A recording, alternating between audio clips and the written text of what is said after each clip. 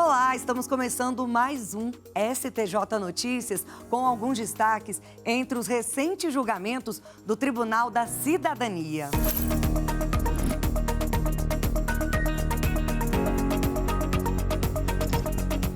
Nesta edição, você vai ver negada reclamação que tentava libertar PM acusado de matar esposa. Temos também fiança em contrato de aluguel não exclui penhor legal. E, além disso, corte afasta continuidade em multas administrativas do Inmetro. O STJ Notícias está no ar.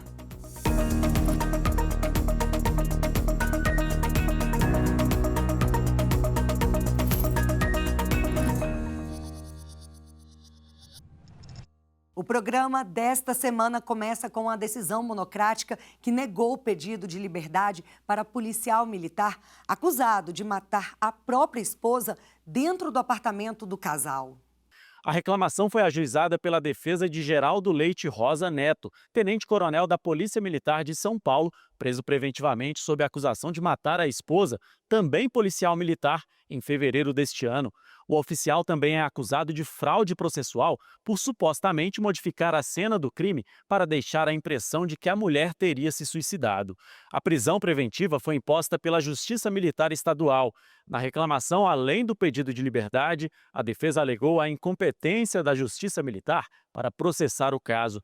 O ministro relator Reinaldo Soares da Fonseca apontou que não há justificativa para o cabimento da reclamação, já que não há decisão do STJ sobre o mérito da ação penal iniciada na Justiça de origem. Com a negativa do relator, a reclamação não terá andamento no STJ. A terceira turma do Superior Tribunal de Justiça entendeu que, em investigação de paternidade, o ônus da prova deve ser dividido entre as partes do processo. Os ministros do colegiado entenderam que não houve violação às regras de distribuição do ônus da prova em uma ação de investigação de paternidade na qual os réus, para negar a filiação, se limitaram a levantar hipóteses sobre quem poderia ser o pai. A ação foi ajuizada 20 anos após a morte do suposto pai e o exame de DNA foi realizado com material genético dos 2 irmãos vivos dele. O resultado apontou mais de 95% de probabilidade do falecido ser o pai biológico do autor da ação. Com base neste laudo e também em depoimentos colhidos, a ação foi julgada procedente nas 2 primeiras instâncias. No Superior Tribunal de Justiça, os irmãos do falecido alegaram que caberia ao suposto filho produzir nova prova, porque o laudo genético foi inconclusivo, não cabendo a exigência de contraprova imposta a eles. Sustentaram ainda que a distribuição do ônus probatório deve observar a regra geral e que uma eventual redistribuição exige fundamentação prévia. Ao analisar o caso, a relatora na terceira turma, ministra Nancy Andrighi, afirmou que em ações de investigação de paternidade, o juiz exerce papel ativo na coleta da prova e deve determinar a produção delas na busca da verdade real. Durante o julgamento, foi pontuado que os irmãos do falecido tiveram a oportunidade de produzir uma contraprova, mas que não assumiram o compromisso de custeá-la. A terceira turma, seguindo o voto da relatora, definiu por fim que nessas ações o ônus da prova é bipartido, ou seja, cabe ao autor demonstrar que é filho de quem diz ser e à outra parte cabe demonstrar o contrário. Quarta turma do Superior Tribunal de Justiça não vê confusão com espumante e valida o uso do nome champanhe em marca de roupas. A região de Champagne, na França, deu nome ao vinho espumante, conhecido e apreciado mundialmente. A produção segue regras rígidas e, por isso, só é considerado champanhe a bebida produzida naquela região. Em 2015, encostas, casas e adegas da localidade foram declaradas Patrimônio Mundial da Unesco. Como é denominação de origem, o champanhe é amparado pela Lei de Propriedade Industrial. A legislação existe para proteger produtos, marcas e outros itens comerciais de cópias, além de evitar confusões para o consumidor, como explica este advogado. Se 2 produtos são semelhantes e têm a mesma marca, você tem uma infração marcária. Agora, se eu tenho a mesma marca sendo usada por 2 empresas de ramos absolutamente distintos, é possível que elas coexistam? Por quê? Porque na mente do consumidor, a marca A para bebidas não vai se confundir com a mesma marca para serviços telefônicos. Em um caso que chegou ao Superior Tribunal de Justiça, o Comitê de Produtores da região de Champagne buscou proibir uma empresa brasileira de vestuário de utilizar o nome Champagne na marca. De acordo com a entidade francesa, a utilização do nome configuraria aproveitamento parasitário e diluição da denominação de origem, causando prejuízo. Após ter o pedido rejeitado na primeira e segunda instâncias, o comitê recorreu ao STJ. Argumentou que a proteção de indicação geográfica pela lei é absoluta e que veda o registro de indicações geográficas como marca, bem como as imitações que possam causar confusão independente da classe de produtos ou serviços. A relatora do recurso na quarta turma, ministra Isabel Galotti, explicou que as indicações geográficas, como as denominações de origem, identificam produtos cujas características e a reputação estão associadas a determinada região. Por isso, segundo ela, a palavra champanhe é protegida especificamente aos espumantes produzidos na região francesa, sem nenhuma relação com o mercado de roupas. A ministra destacou ainda que a jurisprudência do STJ admite a convivência de marcas semelhantes quando utilizadas em ramos distintos, desde que não haja risco de confusão para o consumidor e que a titularidade de indicações geográficas tem natureza coletiva, o que afasta a ideia de exclusividade absoluta. Em outra decisão, a terceira turma do STJ definiu que, mesmo com fiança no contrato de aluguel, o locador pode exercer o penhor legal em caso de inadimplência. Mais detalhes na reportagem de Samanta Peçanha. O penhor legal é uma garantia prevista em lei que permite ao credor se apossar de bens do devedor para garantir o pagamento da dívida. O colegiado, por unanimidade, decidiu que a fiança e o penhor legal, que têm natureza e finalidades distintas, podem ser cumulados. Na origem do caso, um shopping de Maceió ajuizou a ação de homologação de penhor legal com base no artigo 1467 do Código Civil, argumentando que, diante da inadimplência de mais de R$300 mil em aluguéis e outros encargos, apoderou-se de bens deixados pelo locatário no imóvel alugado como forma de garantir o pagamento da dívida. A defesa do inquilino sustentou que, como o contrato já estava garantido por fiança, o locador não poderia exercer o penhor legal sem violar o artigo 37 da Lei do Inquilinato. Pela lei, o locador pode exigir do locatário as seguintes modalidades de garantia: caução, fiança, seguro de fiança locatícia ou cessão fiduciária de cotas de fundo de investimento. E, em regra, é proibido exigir mais de uma modalidade de garantia no mesmo contrato locatício. O Tribunal de Justiça de Alagoas reformou a decisão de primeiro grau para reconhecer a homologação, por entender que a vedação legal diz respeito apenas às garantias contratuais, não suprimindo as que são impostas por força de lei para o mesmo negócio. O locatário, então, entrou com recurso especial no STJ.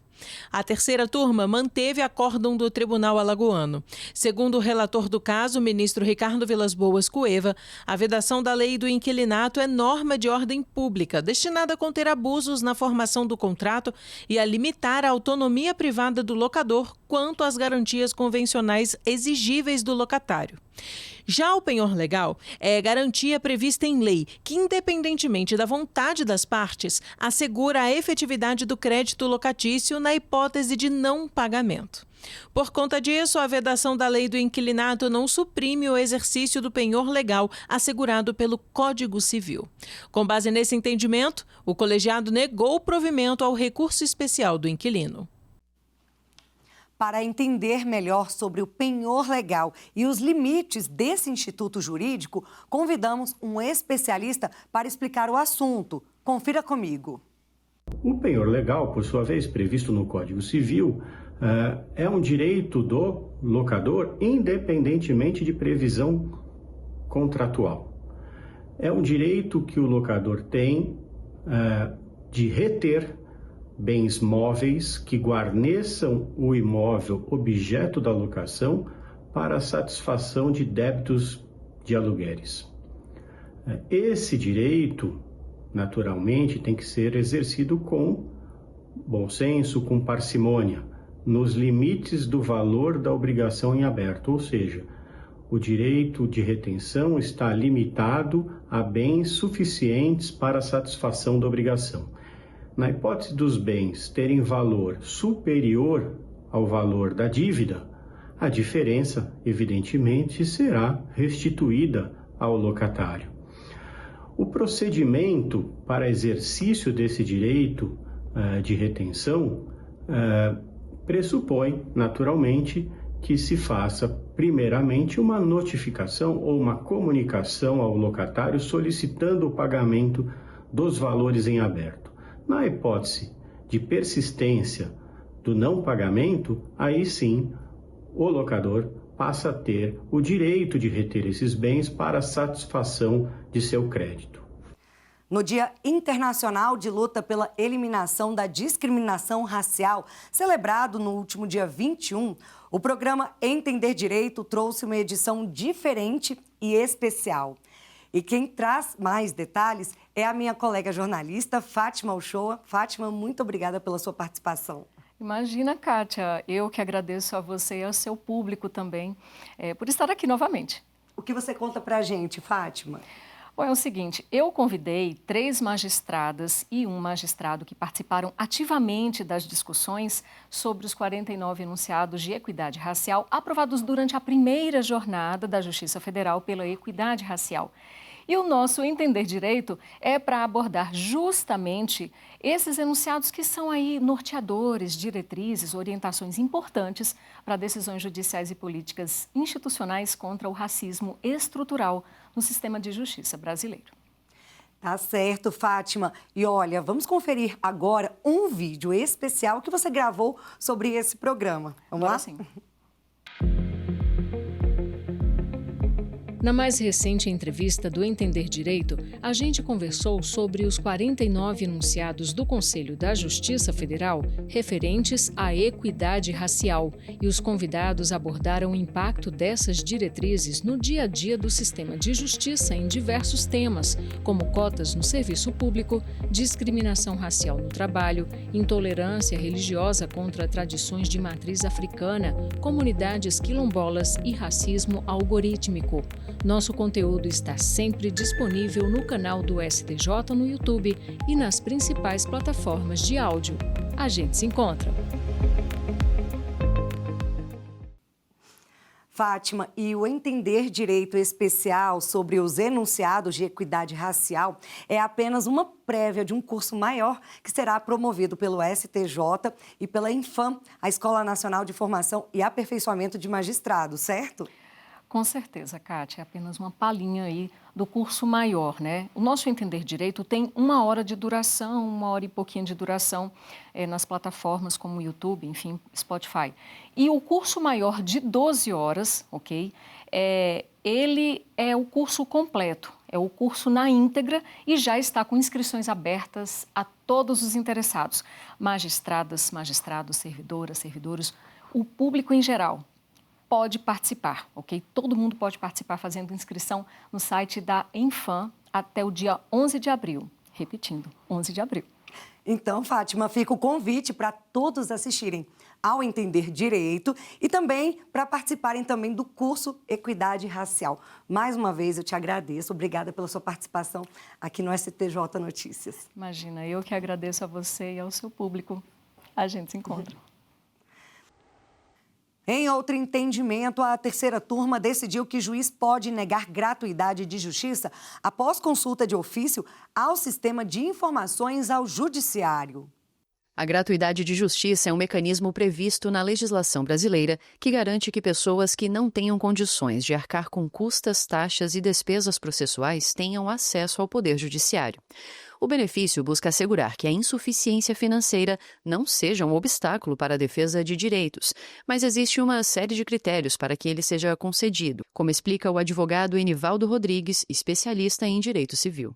No âmbito da Justiça do Trabalho, no qual aquele tribunal declarou que para a pessoa física basta a mera declaração que ela faz jus à gratuidade de justiça.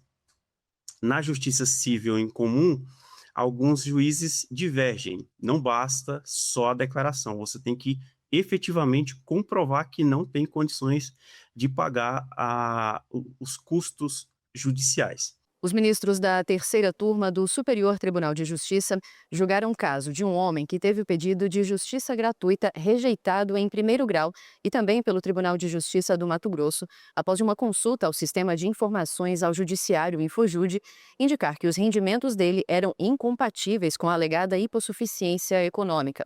O sistema indicou que o recorrente tinha uma renda bruta anual próxima a R$1 milhão.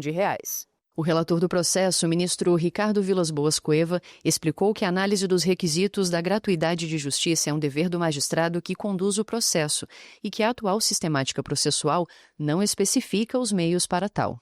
Por isso, de acordo com o ministro, é válida a possibilidade de utilização do Infojude.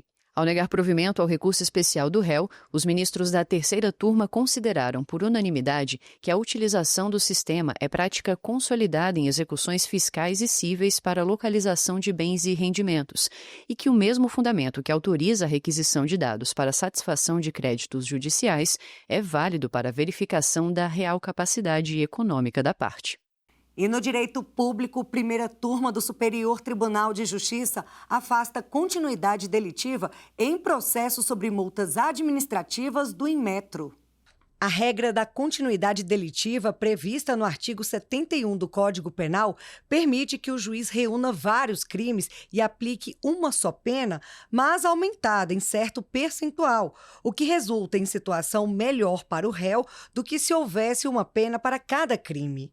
O caso julgado teve origem em fiscalizações realizadas por agentes do Inmetro que emitiram 18 autos de infração após constatarem problemas em produtos expostos à venda por uma empresa do setor alimentício. Os autos foram posteriormente agrupados em 15 processos administrativos, todos com aplicação de multas. O juízo de primeiro grau reconheceu a continuidade delitiva por entender que as irregularidades envolviam produtos da mesma natureza e foram verificadas em contexto semelhante. A decisão foi mantida pelo Tribunal Regional Federal da 2ª Região, que considerou excessivas as multas aplicadas e concluiu pela imposição de sanção única.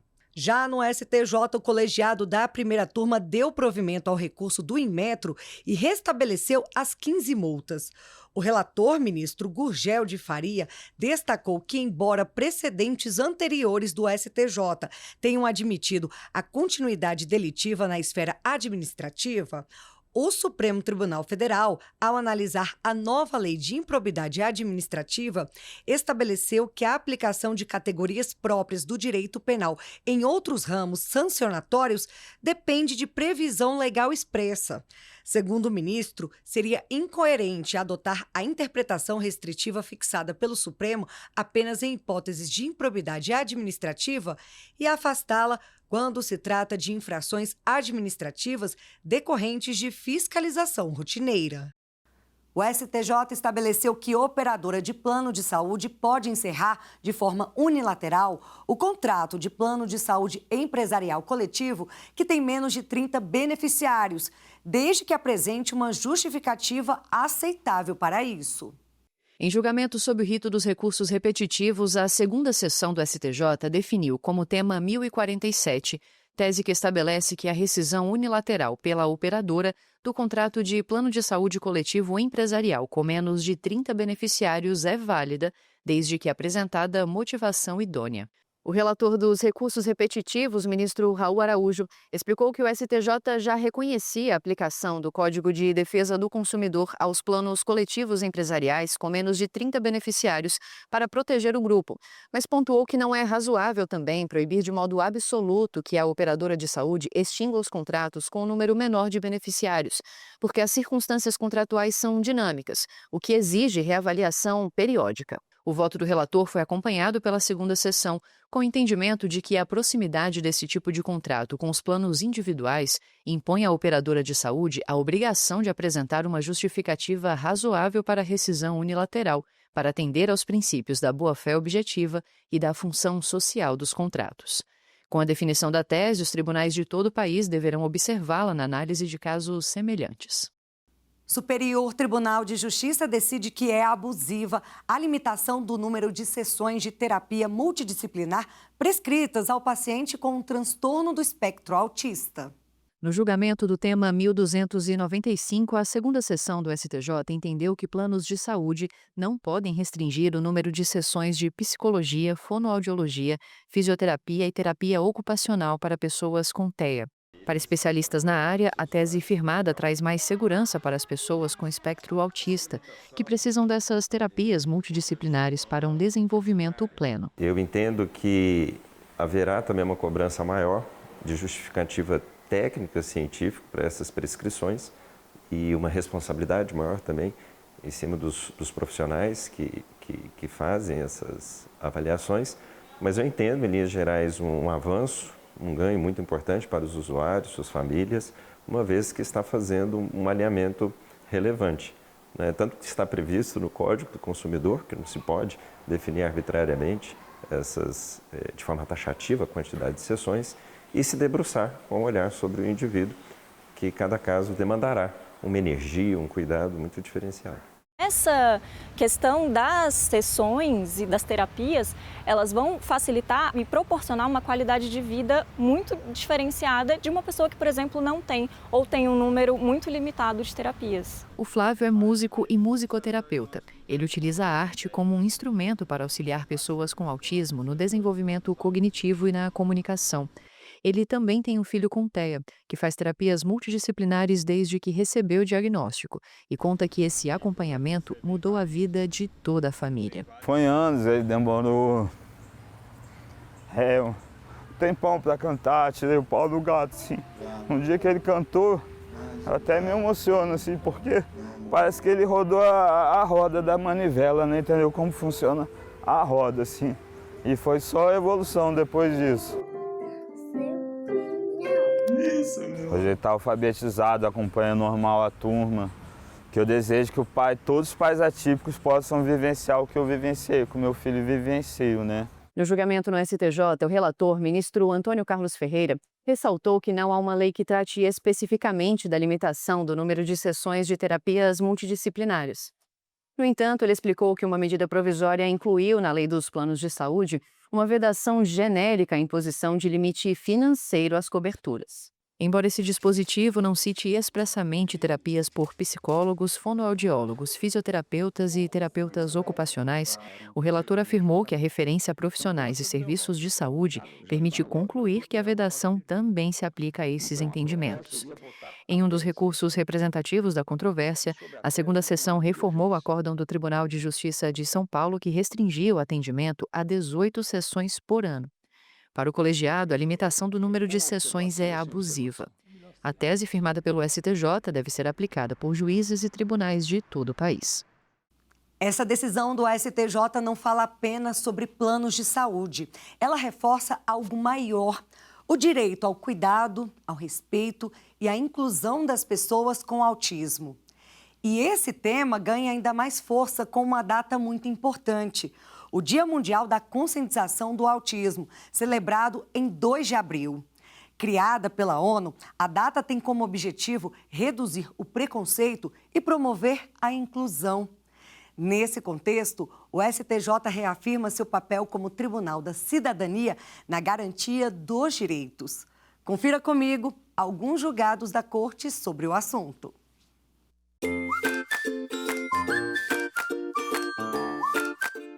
1, 2, 3. Quantas sessões o médico responsável pela pessoa com autismo recomendar, é isso que vale.